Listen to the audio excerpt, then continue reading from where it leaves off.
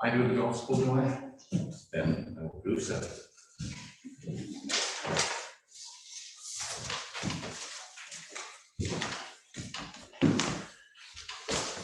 The Holy Gospel of our Lord Jesus Christ according to Mark. Glory to you, Lord Christ. Jesus came to his hometown and his disciples followed him. On the Sabbath he began to teach in the synagogue, and many who heard him were astounded. They said, "Where does this man get all this? What is this wisdom that has been given to him? What deeds of power are being done by his hands? Is not this the carpenter, the son of Mary, and brother of James and Joseph and Judas and Simon? And are not his sisters here with us?" And they took offense at him. Then Jesus said to them, "Prophets are not without honor, except in their hometown and among their own kin and in their own house." And he could do no deed of power there except that he laid his hands on a few sick people and cured them. And he was amazed at their unbelief. Then he went about among the villages teaching.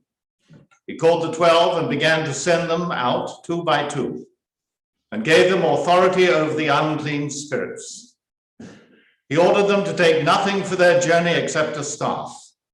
No bread, no bag, no money in their belts, but to wear sandals and not to put on 2 tunics.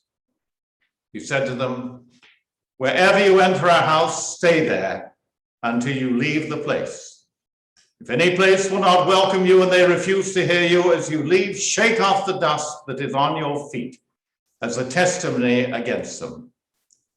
So they went out and proclaimed that all should repent. They cast out many demons and anointed with oil many who were sick and cured them. The Gospel of the Lord. Praise to you, Lord Christ. May the words of my mouth and meditation of all our hearts be now always acceptable in your sight, O God, our strength and our Redeemer. Amen.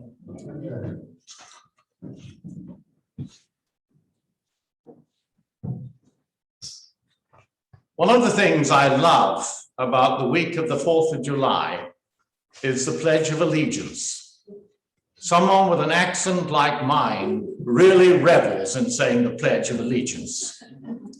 Now, I know there's an element in this country that wishes to change the pledge, and in particular, remove the statement, "under God." But for Episcopalians, I think, this statement is a reminder of the fundamental principle which underlines the Episcopal Church. We stand under God, not over God. Members of the Episcopal Church often think of our church as a democracy. It isn't. It serves as a democracy in many ways, but fundamentally, it is a republic. It is a limited and restricted democracy. The Episcopal Church stands under, not over God. It's terribly important. So today we give thanks for this country, for those people who fought for the country's independence and the freedom which it allows us to exercise. But the Episcopal Church should give thanks not just for the founding of the nation, but the foundation of a more nuanced understanding of the nature of the church, our church. Remember and never forget that many of the founding fathers were members of our church. They called themselves then Anglicans. We now call ourselves Episcopalians. And despite what either country may say about each other, they are the same thing. They are God's church. And I want to point out, you've heard of Thomas Jefferson. There is a wonderful history of Jefferson, and it says, Jefferson began his political career as a vestryman. Today we would say a vestry member. But that's something really to think about. He began his political career as a member of the vestry. In fact, Episcopal Church lawyers often joke that the founding fathers, as they were called, having written the Constitution of the nation, went down the street and wrote the Constitution of the Episcopal Church. And most of them, in one way or another, were Anglicans, inheritors of the tradition and the self-understanding of the Church of England. But not in everything. You know as well as I do what they renounced. You going to tell me? The crown. The crown. They were one nation under God, with liberty and justice for all. I like to quote our former bishop in this diocese, a man called Jim Pike. Do any of you remember him? Did any of you like him? I don't know. I'm just, bishops are not always liked. Have you noticed that? They're always the person who did it, and the rector always says, no, the bishop said I had to do this. The poor bishop has no idea. It's just the rector's desire. But if you like, the founders believed in a God who cared for all. They did not need a king or queen. And it made a very big difference to the way in which they understood the church, and in particular bishops. Roman Catholic bishops are very much part of a monarchical structure under the Pope. And the bishops are basically the Pope's representatives, and ultimately they do as they are told. But in the Episcopal Church, it's a little bit different. I thought the bishop had quite a good idea the other day. Might not be practical though, do you think so? We might need to just leave that for a bit. Do you see the difference? The bishop doesn't come crashing in like a pope. The bishop has to live with the fact that we are a group of people committed to God, but not necessarily committed to any other authority except that of God. Now, initially, what will we call the Protestant Episcopal Church of the United States of America? And I'm always kind of happy when Protestant comes in. I'm English enough to think that the Reformation was essential. Okay, but you may not agree with me, and in that case, don't have me back. But the point is that as an Episcopal Church, we are a republic with a very strong democratic system. I remember once going to hear the Archbishop of Canterbury in New York. I was really wondering if he would have anything useful to say or not. The clergy always want to know whether the ABC, that's what you call the Archbishop of Canterbury, the ABC. Does the ABC know what he's doing or not? Well, that ABC certainly did. And he pointed out what he felt was the difference between the Episcopal Church and the Roman Catholic Church. He pointed out that when the Pope makes an authoritative statement, the standard assumption is that the Pope has made the matter clear. Now, when I, the presiding bishop, he says, I'd like you to know that, etc., people say, well, that sounds like a good idea. I'd better think about it. In other words, we take the episcopate extremely seriously, and we know that sometimes they might be wrong.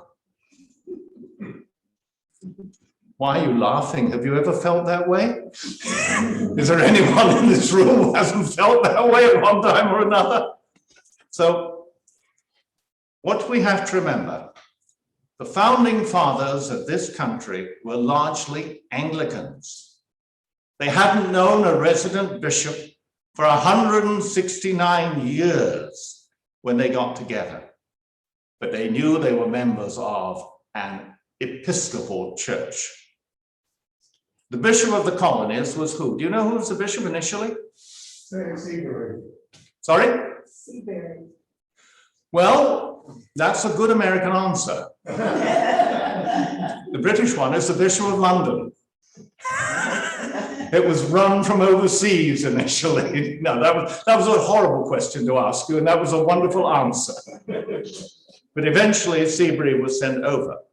So you see Washington, Hamilton, Jefferson, Madison, Franklin were Anglicans, and they were never confirmed.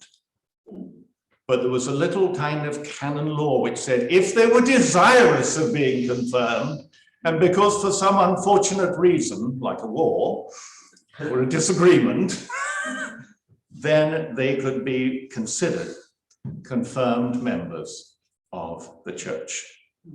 So remember today, we're giving thanks for the fact that we are a separate but united church with the rest of Anglicanism.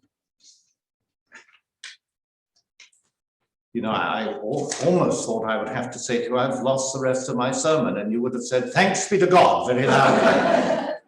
Now, always the episcopate of the American church was different from that of the Church of England, because the bishops were elected. The English often say that's why yours are so much poorer than ours, but it's not the case. The fact that you have elected bishops makes a huge difference, because in order to be elected, they must have some sense of the life and the issues of the church.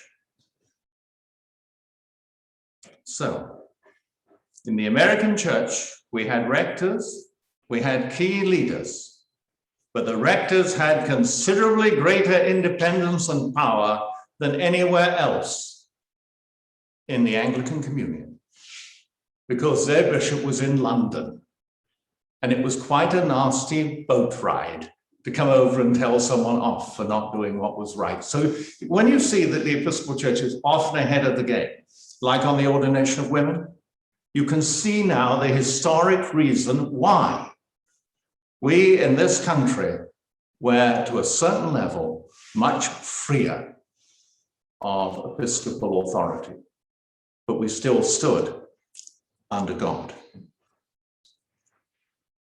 Well, unfortunately, you're recording this so you can send it to the bishop, but I am in retirement and I do get my pension even if I say the wrong thing.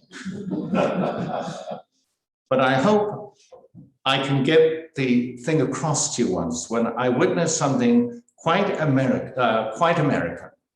There was an enormous altercation going on in the bishop's office between the American bishop and the equally American dean. The dean was a very powerful character. The bishop was of a very authoritarian character. You can see which slide I was on, can't you? Well, you know that the bishop is addressed as the Right Reverend, and the dean is addressed as the Very Reverend. The dean finally lost it completely. He stormed out of the bishop's office. He threw the door closed and screamed, "I'd rather be very than right." Remember that. And in reply to your anticipated question in coffee hour, did I ever say or do the same thing? And the answer is absolutely not. But I would much rather be very reverend than right. And I hope you will be very Episcopalian and loving and Christian without always having to be right. Any disagreements? No. Ever heard that sermon before? No. No, I didn't think you would have. In the name of Christ our Lord. Amen. Amen. Give me a moment.